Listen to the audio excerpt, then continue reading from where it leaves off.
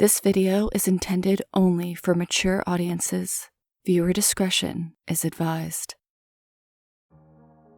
Home.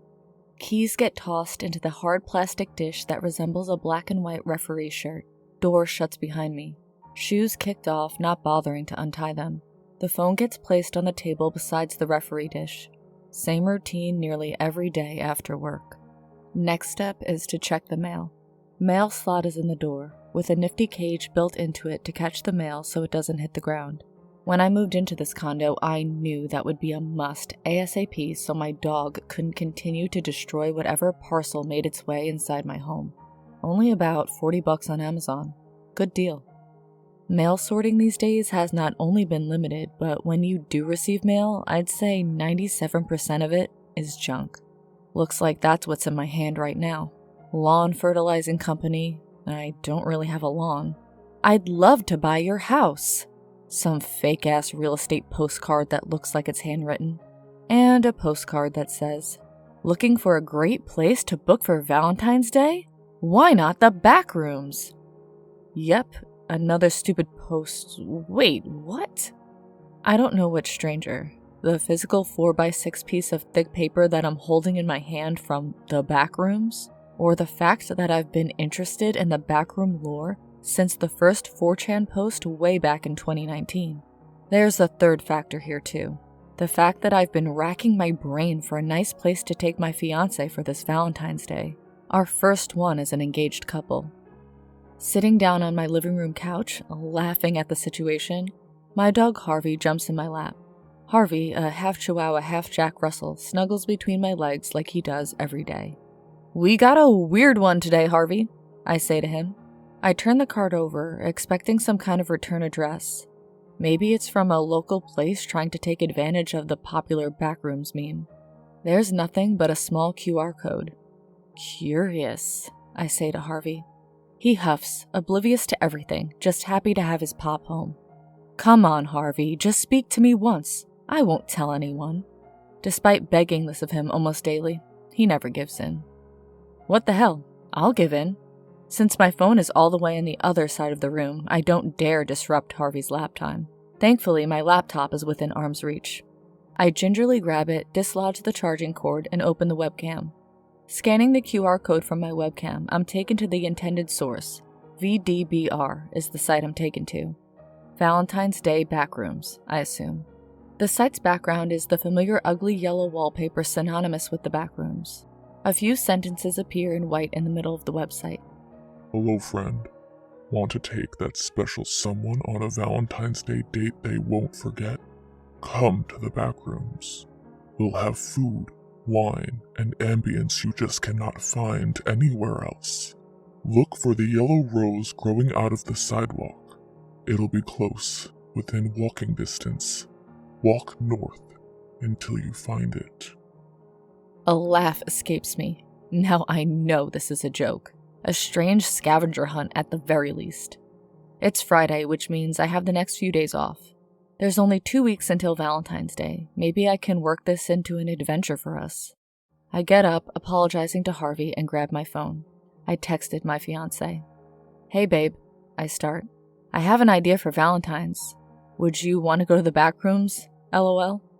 I figure this could be a fun game for us, and if it doesn't lead anywhere, we could have a bit of a laugh before going out to a nice dinner at the end of the night." No response. Not unusual. She works afternoons and usually doesn't check in until well after midnight on most Fridays. I put my phone down and clean up for the night. Oh shit. I must have passed out. It's 7 a.m. the next day. Groggily checking my phone, I have exactly 0 messages. She hasn't responded. Strange, but not out of character. She'll get back to me. I completely forgot about the weird postcard until I see it on the ground near the couch. I can't believe I fell asleep here. I usually always make myself go to the bedroom for the night. Still curious, I scan the QR code again, this time with my phone, like it'll give me a different result. Same yellow wallpaper background, same white text.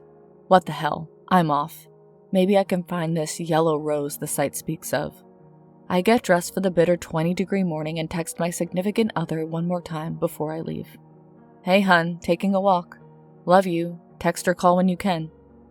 It's just too cold for my sensitive little 8-pound dog, so I give him a few pepperonis as compensation for me leaving.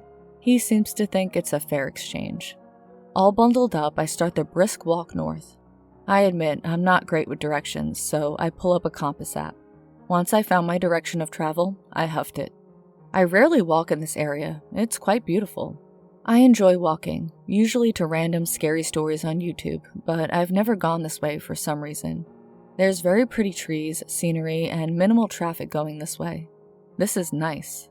No yellow roses yet. How could there be? It's below freezing. After an amount of time that could have been anywhere from an hour to 2 days, I noticed something. I was so focused on the Deftones playlist, I barely recognized it. A yellow rose. I actually found it. Spray painted on the side of a brick building. Kind of reminds me of a Banksy painting. The building appears to be abandoned. Looks like it could have been a hardware store that went out of business long ago. Again, I never go to this side of town. Before I approach the painted yellow rose, I text my fiancé again. Hi sweetheart, hope you're okay. I'm still out on a walk. Let's talk V-Day. I think I have an idea of where we should go. I stare at the phone, hoping I'd see a response somewhat quickly. Being denied, I started to put it away, until the 3 dots showed up. Oh, thank goodness, she's replying. I watched those dots dance for what feels like 45 minutes. Finally, a response. K. That was it. K. Not even taking the time for okay. She rarely responds like that. Either she's upset or very busy. I don't think I've done anything to piss her off, so I'll take that she's just got something else going on. I send a standard smiley face heart emoji combination and click my phone off. I knelt next to the wall containing the rose. I'm not a graffiti expert, but this looks detailed, crafted, and amazing. I wanted to take a picture of it. Maybe sending a picture along with an explanation of this hunt that I'm on will garner more of a response from... When my eyes open, or I can barely see. Pain is shooting through my body. The last thing I remember is the sensation of falling, like the floor underneath me was ripped away.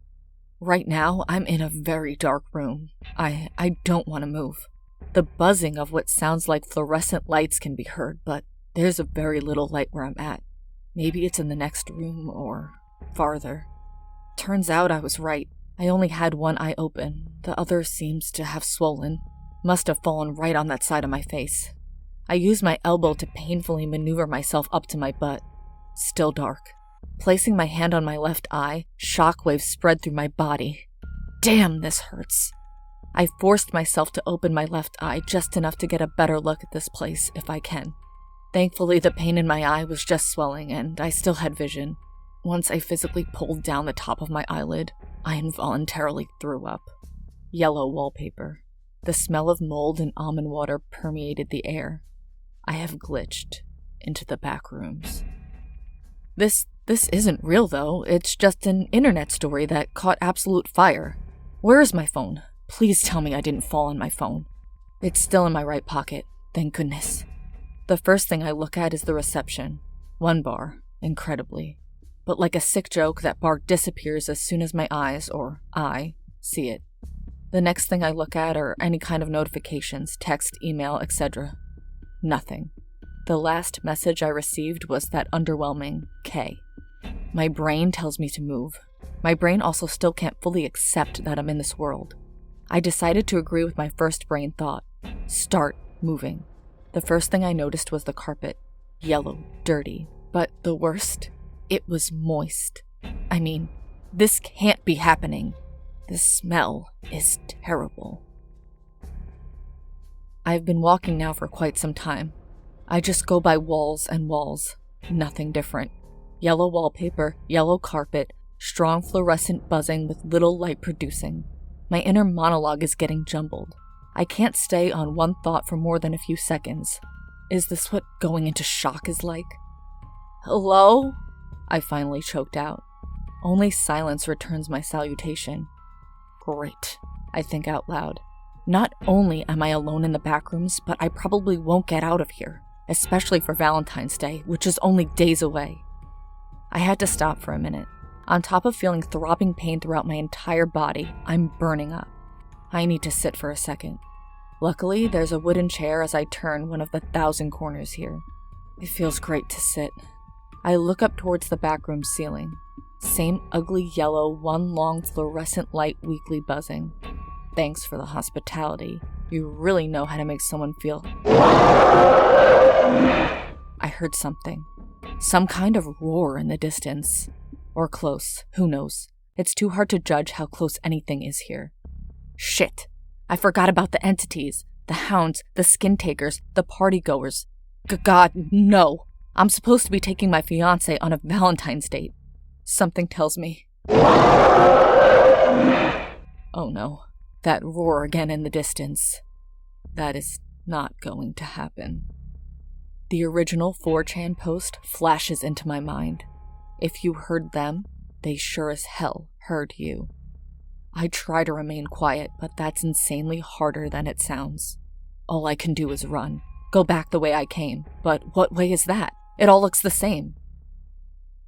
After some time, I feel like I'm in relative safety and decide to check my phone. Futile, I know, but in dire circumstances, you do silly things. I do my best to shield the glow of the screen. 19%. Not as bad as I thought. No notifications, no missed calls, no missed nothing. A low rumbling noise is heard somewhere. Can't miss that. Stricken by panic and terror, I ran. I took so many lefts and rights I felt like I was playing some kind of tempo run game. The roaring gets closer. The sound of the colossus gets near. I just catch its form when giving a peek behind my shoulder. The panic is DEFCON 1 now. Not only because some horrifying 8-foot monster is chasing me. Never thought I'd speak that sentence out loud. But because I'm facing a wall. I'm facing walls on all sides. There's nowhere to go. I'm at the end of the line. Back against the wall, a clearer vision of the beast is now coming at me, slowly. My pocket is vibrating. What? Without breaking eye contact with my soon-to-be killer. Eye contact is liberal. I'm just looking at where I think this thing's head is. I pull my phone out. The thing sprints toward me. My phone lights up. Sorry, babe. Been tied up all day. Yeah, I think that sounds fun. When is it? I think I'm crying at this point. Out of fear, happiness, and relief. Even though I'm about to die, at least she responded. I wanted to reply, but it's too late. The last thing I remembered as I gave myself up for death is the black mass thrusting a tendril into my heart. 2 days later. Both eyes slowly open. The pain starts again. First a dull throbbing, then transcending into a full symphony. Thank God. The yellow wallpaper is gone. The sickening lights are gone. The entity is gone. I'm sitting at a table, small and round. It appears to be set for two. A single sublime red rose is inside a thin vase. A card is leaned on it. I go to check my phone. I don't have it. I don't think I've left the Backrooms. I just glitched into another level. The card has this to say. We are so happy you're here for Valentine's Day. Hope you enjoy your death.